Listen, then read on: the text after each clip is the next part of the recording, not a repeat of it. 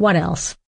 Every child is different, and I think it does take some time to figure out what really moves each of our children to refine themselves and be more self-disciplined. That's for sure. I found that star chart systems were fantastic when he was much younger. I first started one at 2 years and 5 months. He wanted a battery-operated quad bike.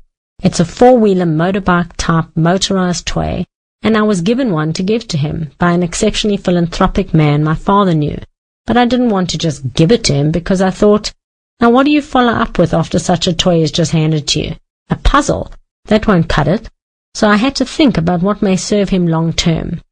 Yes, even at 2 years of age, because that's when it gets ingrained. Try rub it out later. It's possible. Much harder though. I needed a strategy to tell him that he needs to take responsibility to contribute to success in his life by using himself and his chosen behaviors as a tool. And these charts can be used as a strategy to achieve our goals with measured steps that ensure success. I found a picture of the quad bike, scanned it into my computer, faded it behind a chart with 9 columns and 18 rows for each column. A lot, I know, but it was a big thing and he needed a big strategy. Even though he was 2 years and 5 months, I had a strategy to prove, and if you don't have a theory, how can you prove anything right or wrong, right? He was able to use behaviors he had to do anyway to fill his chart. So, some of the columns were getting out of the bath nicely. That meant after the 3rd or so call, not with fight. Brushing his few teeth, packing up his toys, eating breakfast, still not a big priority. Taking his vitamin sweeties, or so I called them to entice him, and the like.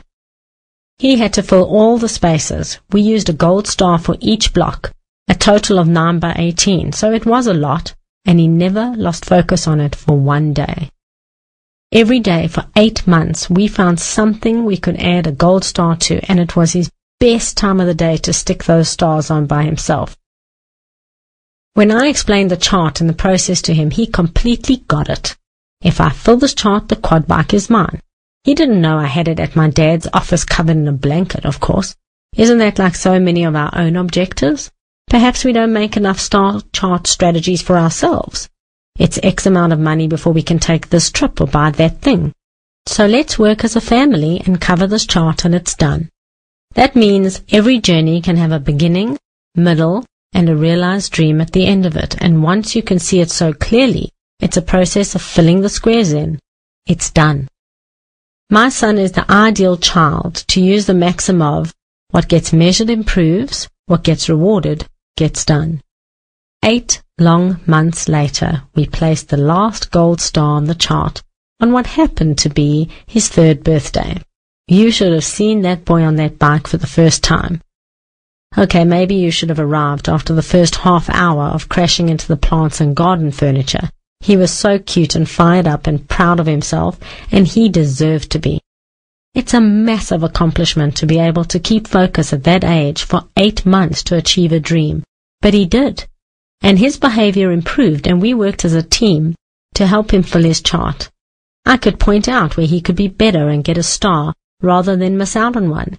And sometimes he'd look straight at me and say, "Not picking my toys today, no star," and be resolute about it, and I would just nod and say, "Okay, love, no star for packing your toys away today. Maybe tomorrow?" And he'd say, "Yes, tomorrow. No star for toys today." You got to respect that attitude. He has outgrown that quad a while ago, but to this day he refers to it as his star chart motorbike. If it's measurable, he knows he can achieve it by going through the steps it takes to do so. I thought that was a great life lesson for him, and I learned from it too. After that, when he was going through, "I want this, I want that," he would most times say to me, "Please can you make a star chart for me to get this, or that, or whatever." But it was fantastic to hear him understand the process of set your goals, create a strategy to attain them, then get busy completing the steps it takes to do so. Wow, I'm pretty excited he gets that, because he's naturally a child who does require motivation to move out of his comfort zones, and having that strategy as a tool to succeed can only serve him well in life, I think, right? Learning to get through achievement and self-discipline, is an amazing life skill he's now equipped with, but I also worked out that there had to be a learning to give in the strategy too. That doesn't necessarily come naturally, does it? As adults, we all know we should tithe, theoretically, right? Religiously observant or not, that's not the point. We know as adults that some of us have, some of us don't, and in a show of gratitude to whichever power rendered us worthy of receiving, we should give 10% or so of our earnings to worthwhile charities, right? At the highest level of giving, we should be doing so anonymously, not for recognition. But if we begin by learning to give, that level will be reached in time. But does it come naturally? Does everyone do it? Give something away every month, with a full heart or even with a grudge or at all?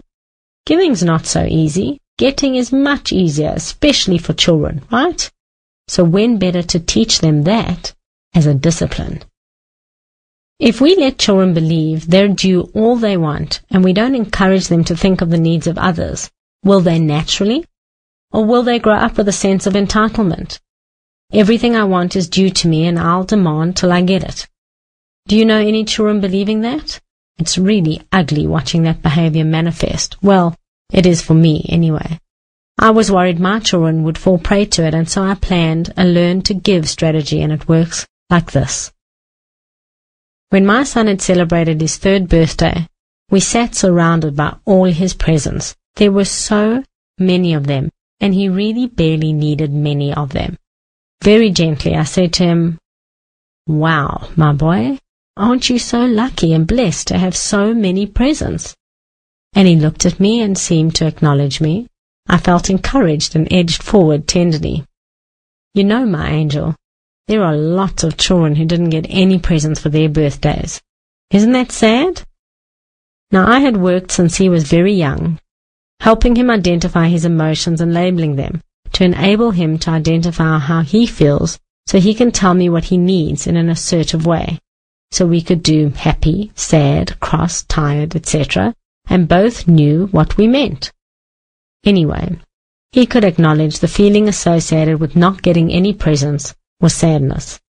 And I said, "Did you know that part of the reason we get anything in life is to give some of it away to people who don't get? And that makes it even easier for there to be space in our lives for us to get more. Did you know that?" It appeared he was unaware of that fact. And then he began to trigger where I was headed, and he didn't like it too much, naturally.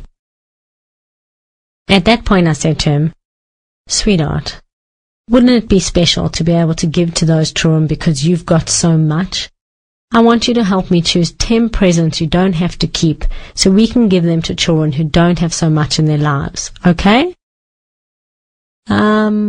Shall we say, it did not appear to be okay.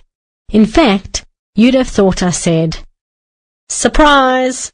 Your mommy doesn't believe in gifts. Say goodbye to all of these new toys. I'm throwing them away." Well, you'd have thought that from his response, and you would have been well positioned to do so. But again, even though I felt emotional for him, I had thought long and seriously about this, and I was resolute. So on we pressed. "I understand it makes you feel like you won't have as much, sweetheart, but there's 2 things to remember.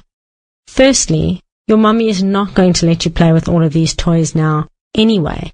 You can choose 5 to play with, and we'll take 1 more from the collection of new playthings from time to time, because you don't need them all now, and also, you do have so many, and you'll keep so many, but you'll also give a few, and then there'll be other children with toys too, because you are so special and generous and you shared them." I could see we were now getting there. Not entirely yet, but getting there. The tears stopped, long silence, and then, "I choose?" "Yes, my darling, you choose. We count to 10 toys together." And we did. I've shortened the time it took to get to the point where we counted out toys he was willing to part with, because he could see the duplicates, similarities, or just realized he could live without them. But I'm trusting you realize it was a gentle, loving, non-judging process of affirming how blessed he is, how special he is, how unblessed some children are, and how even he, at 3 years very young, could make someone else feel loved and cared for by giving some of what he was blessed with away. And I deeply believe that is a metaphor for life he'll thrive with. At his 4th birthday, he recalled the deal, wasn't too put out, chose 10 gifts and even came with me to the community orphanage to give them to the children there. Even easier at 5, same trip shared to the orphanage. At 6, he reminded me we must do the choice to give away thing together. 7 too, but less presents, so less choice. And 8 and 9, no problem. So yeah, I'm pretty proud of this one. And I'm not saying giving is now easy for him. No, but certainly easier and easing. And he definitely understands that the process of life includes receiving and passing on some of it, so less fortunate others may have too. As an older child, at 8 years young, he became more focused on what money can buy. And so I designed a system for him to earn money by improving his character, refining his behavior and speech, and monitoring mine. Hey, is that what you're thinking? Well, it's like this. I've compiled a whole long list of behaviors and words he's not allowed to use in his vocabulary. Most are swear words and blasphemy, and then there's also words like hate, stupid, idiot, and the like. He's not allowed to use these words, and neither am I. What kind of a hypocrite would I be if I played the game of do what I tell you, not what I do? The charts are kept in our heads. He's better at recalling them accurately and work on a 10-point chart system. If he catches me saying a word, then he is entitled to, very gently and respectfully, point it out, and he gets 2 points for it. If I spot him using a listed word, he gets 3 points off. Don't ask about the dichotomy, it is what it is. A little more power to the big people, and a gentle strategy to say, life's not always fair, and sometimes the people ahead of you get better deals on stuff. That's all. Getting ready in the morning for school can lose him 5 points for not reaching his goals. If he drops beneath 0 on a chart, he falls to the chart number beneath that one, and also gets a small dose of hot English mustard to taste, because that is invariably due to some pretty rough behavior or dissension in the ranks, and we definitely need a loving reminder that behaving poorly should leave a bad taste in our mouth. This doesn't happen often. Mostly it's a bargaining tool that I allow him to use to trade points for so that he does not receive the mustard maintenance, and it serves as a life reflection on how we may sometimes be able to pay for the consequences of our actions and choices, and sometimes we cannot, and we suffer the consequences we create. And he also gets surprised with big point jumps for fantastic uninstructed behavior. He loves these surprises. And sometimes we'll do a work trade for points. Lots of room for creativity, and he loves this. We've been doing this for 2 years already with great success, gratefully. Why am I doing this? Many reasons. Here's a few of them. I deeply believe we should only model for our children what they can expect to encounter in the real world out there. So I don't believe in pocket money or a weekly or monthly stipend given by parents to their children, because I cannot think of one place in the real world where that manifests, and I would be proud to be in line for it, unless I had to. Where in the world do you do nothing but breathe and someone puts money into your hand monthly or whatever? Exactly. So this way he can earn money and bank it or take it and spend it on something he wants. I do retain veto power on those choices, though, to ensure it's not squandered and that he will get value from his hard-earned money. You don't have to worry about him. He's on his 26th chart as I'm writing this. Guess who has the better behavior versus the bigger slip-ups? Also, later on, we have implemented an interest component to teach him the value of keeping the money in his charts as an investment instead of just spending it because he's earned it and it's there.